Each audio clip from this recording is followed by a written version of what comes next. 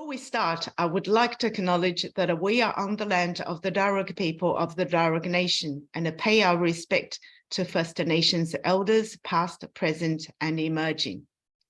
Welcome to our interview with the artist Dr. Fan Dongwang for our upcoming exhibition entitled Traditions and Transformations, featuring artworks by Fan Dongwang and Susan Chen. This interview will help viewers know more intimately about the artistic journey taken by Dr. Fan Dongwang. Welcome, Dr. Fan Dongwang, to the interview. Thank you, Professor Han, for having me here. Okay, let's start with our questions. The first one. You were a well-established artist in Shanghai before you migrated to Australia in 1990. What attracted you to come to Australia? And can you list one or two cultural shocks when you first arrived? I was a well-established Shanghai artist in the 80s, having exhibited in Shanghai Art Gallery, and my work is in its collection.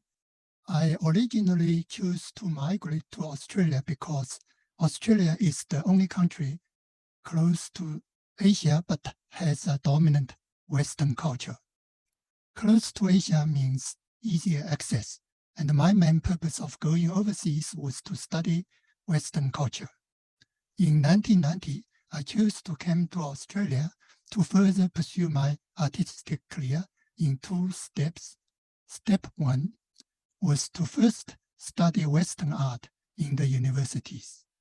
Step 2, to establish myself as a practicing artist in a Western country.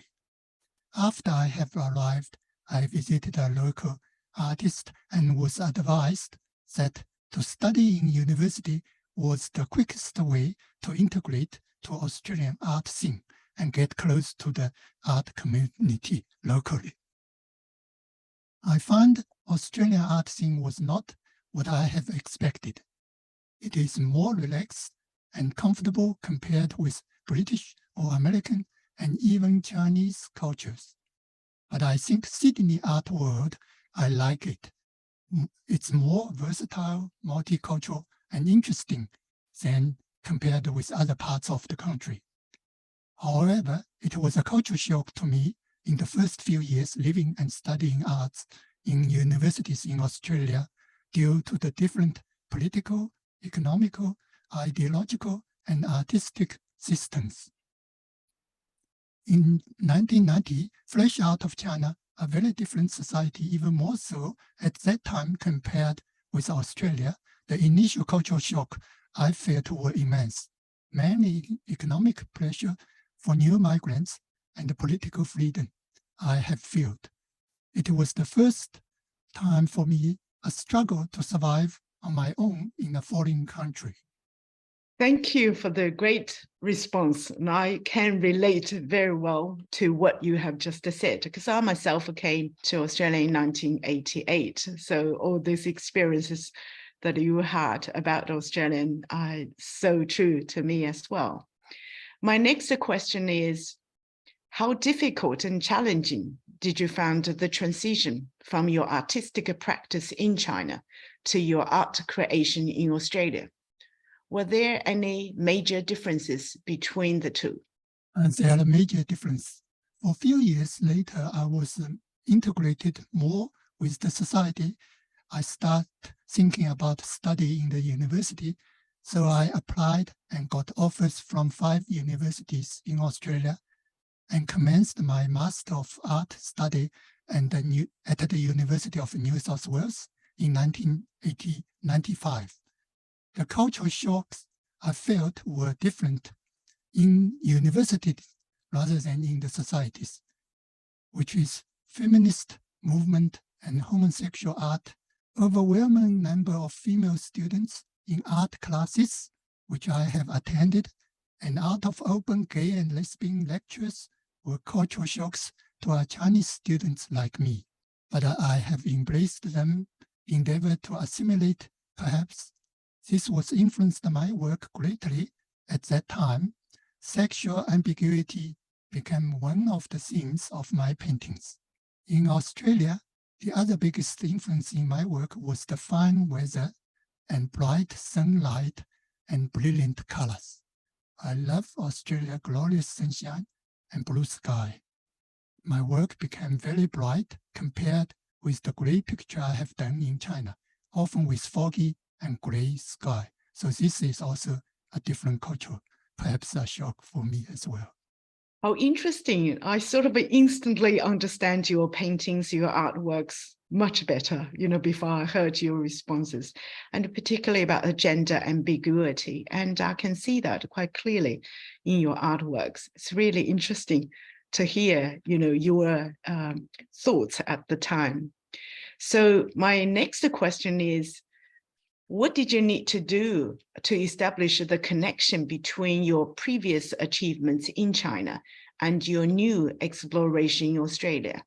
Or did you have to go through a process of disintegration and then reintegration?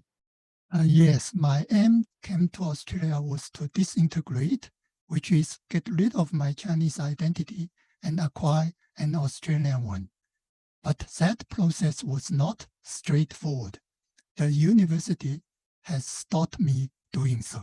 At the time, equally dominant thinking was the postmodernism and multiculturalism, apart from the feminism and homosexual movement, which I have embraced wholeheartedly and completely. But I was told that the truth was relative and I needed to look back into my own culture for artistic inspirations. It shocked me at the first time, thinking, why should I come to Australia just to be able to looking back to my Chinese culture?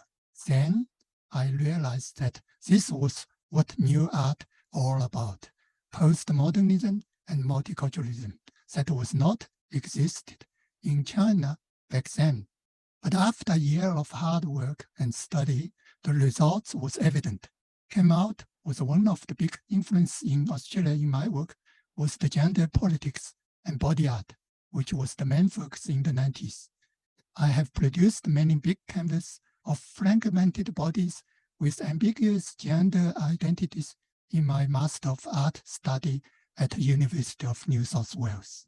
It's really fascinating and interesting to hear what you said about your artistic journey, these transformations really from where you were and to where you are, in Australia. And then this transformation of thinking in particular. It's really interesting.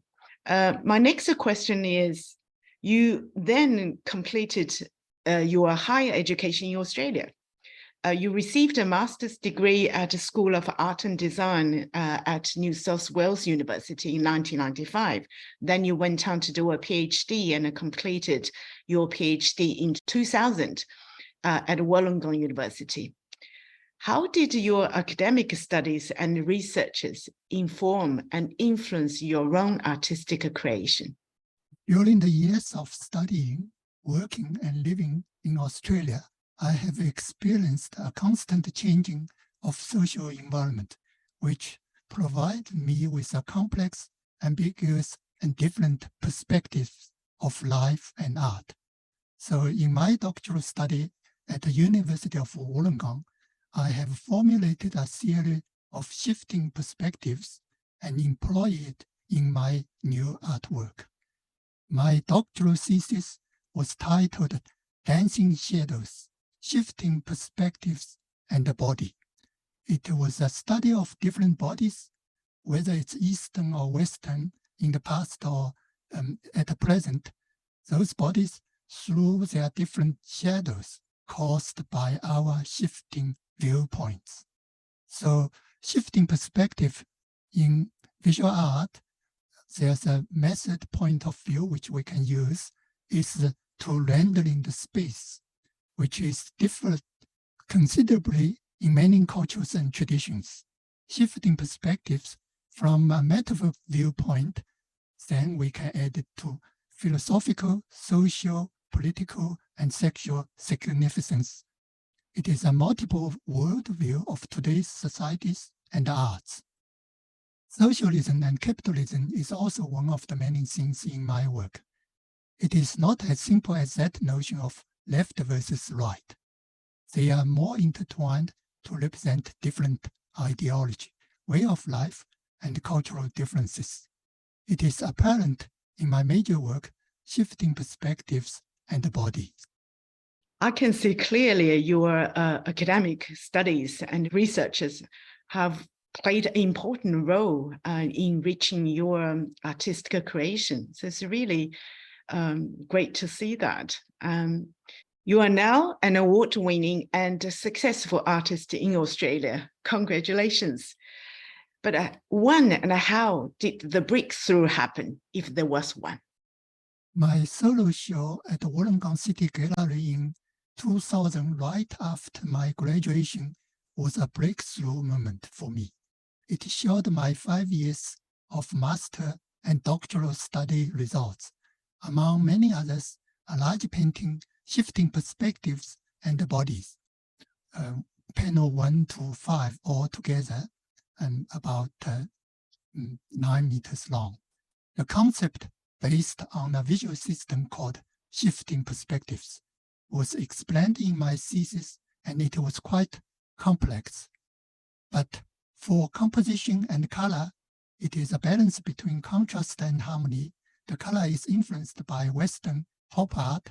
Overall, it mimics the efforts of Chinese traditional low relief carvings in the paintings.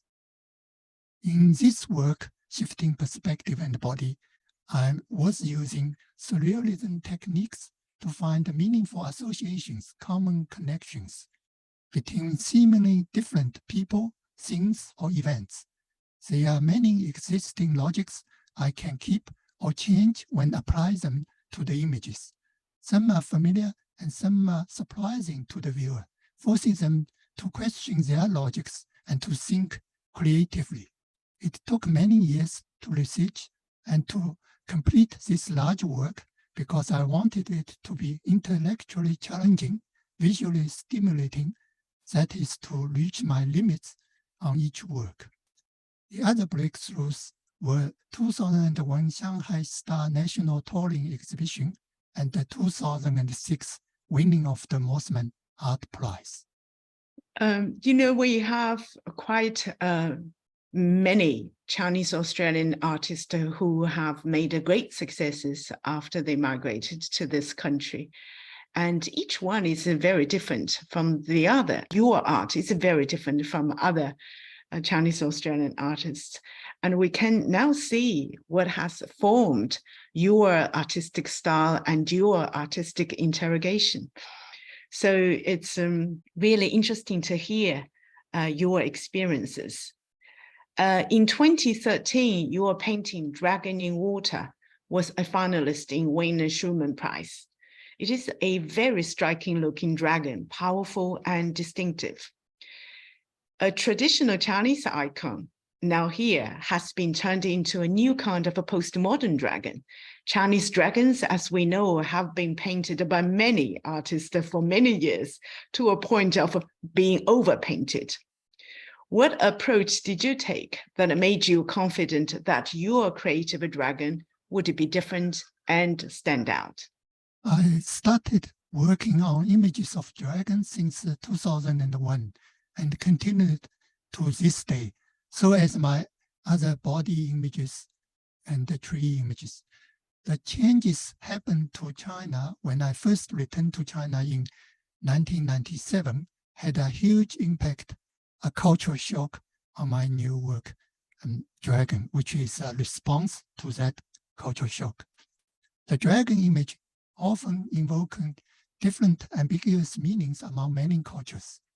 In this painting, by submerging the dragon in different layers of air, water, and soil, I have adopted a Western postmodern mode of fragmentation. This is different to the Chinese traditional approach that emphasizes the wholeness of the image.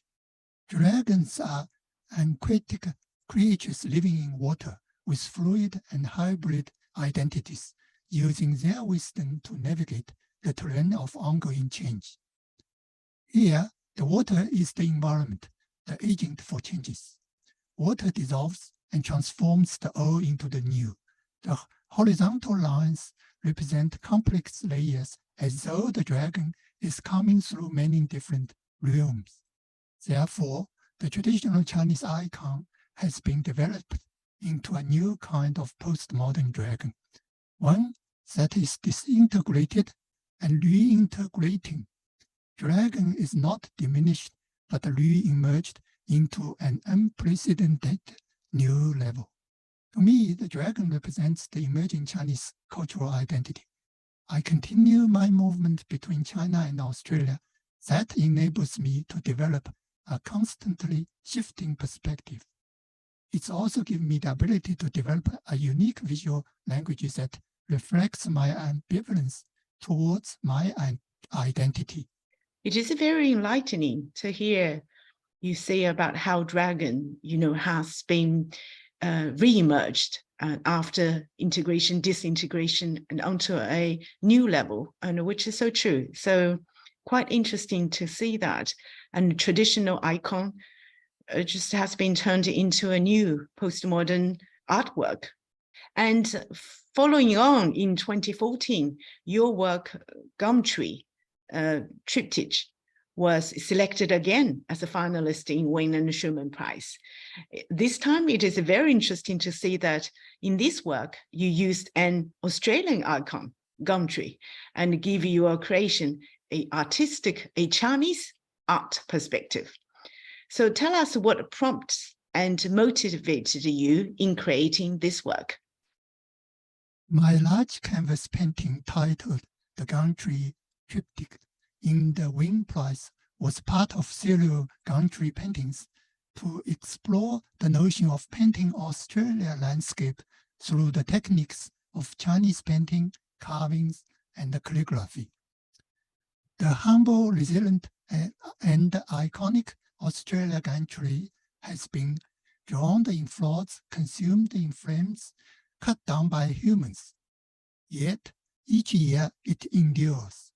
The trees spread back across the land, from scorching desert to desolated mountains.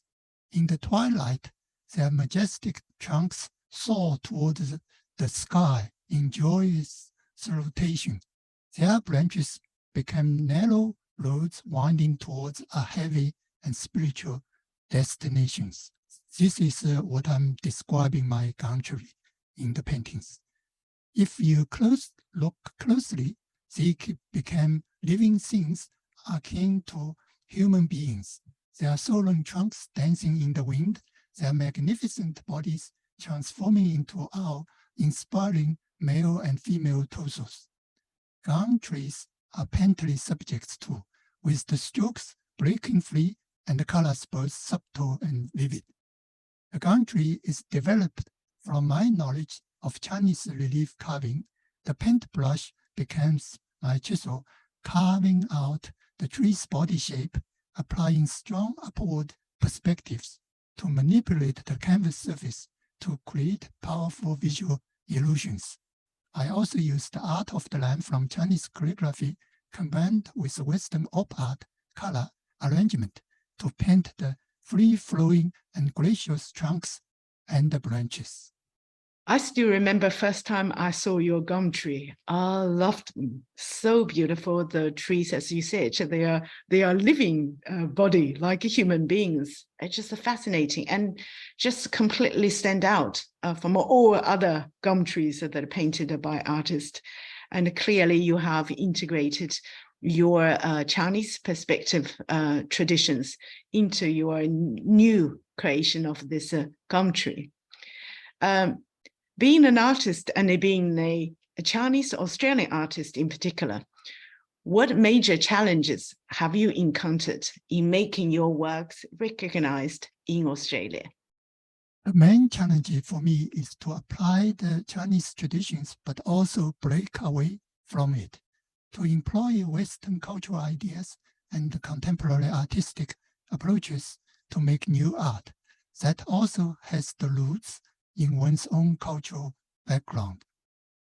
I'm using a new visual language here to reach Australian audiences. By revitalizing old tradition, I provide Australians with a fresh perspective, perhaps an Asian perspective, to look at their trees and country. Thus, the Great Australian Landscape tradition, once emblematic of the European-centric vision of Australia, has now embraced indigenous views of the landscape, but it will be further strengthened when Asian artistic perspectives join in. The gum tree and dragon painting might help Asians and Australians to understand both the cultural differences and their universal experience embodied in the representation of our environment and art.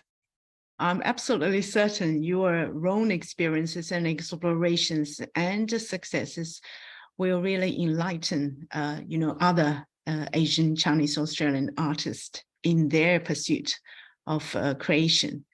How did you develop your own very unique artistic style? Anyone who see your art can instantly recognize they are yours. So what are the main elements that have contributed to your style? While in Australia University, I started to incorporate the ideas of Chinese carvings, traditional fabric patterns, and Western pop culture colors into my paintings. So my past art practice that's all come together in my new work. I'm not the young Chinese art students rebelling against the Chinese traditions, but to apply them in my new work in Australia. They all became natural part of me. I started to incorporate ideas of jade, ivory, lacquer carvings, traditional fabric patterns, and Western colors into my paintings. I employed a new method of painting as relief sculpture, as a low relief, to produce my new painting in the same way as ivory carving, to use the brush to carve, which is paint out the painting surface, as if carving an ivory relief or low relief sculpture. Thus, to bring out a sense of 3D volume on 2D surface, a visual illusionism expressed in traditional Chinese art. This 3D illusion is different from the Western traditional depths of the landscape, which is a window looking through the space beyond. But this illusion is popping out right out of the canvas surface as if you can touch it. Absolutely. They are truly so vivid and so 3D and very impressive. And you will never forget if you cast your eye on them once. My last question, because this exhibition, we really focus on traditions and transformations. So my question is, what do traditions and transformations mean to you and to your artistic career? Oh, yes, I have worked with lots of universities in Australia, and the experience was rigorous and thought-provoking. This time, I was very honored to work with the IAC Western Sydney University, who is specializing in bridging different cultures in Australia. This show, along with the other artist, Susan Chan, we were working together. And for me, it is like a mini survey exhibition that enables me and audiences to examine the progress of my 30 years living and working in Australia as a visual artist. It focuses on the way that my past traditional learning has played a major role in the transformation of my art from old to new, from China to Australia. Through this exhibition, I will be more confident that my art can be transformed further in the direction of applying this new visual language of sculptural painting to depicting Australian land, its people, and their cultures in a unique style that will appeal to wider Australian audiences.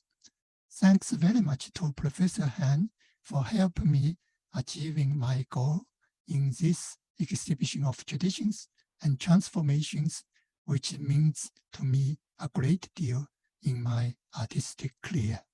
Thank you so much, Dr. Fan Dongwang, for your brilliant responses to all these questions. And they are so truly insightful and enlightening, and tells a lot about the artistic journey you have taken for the past 30 years.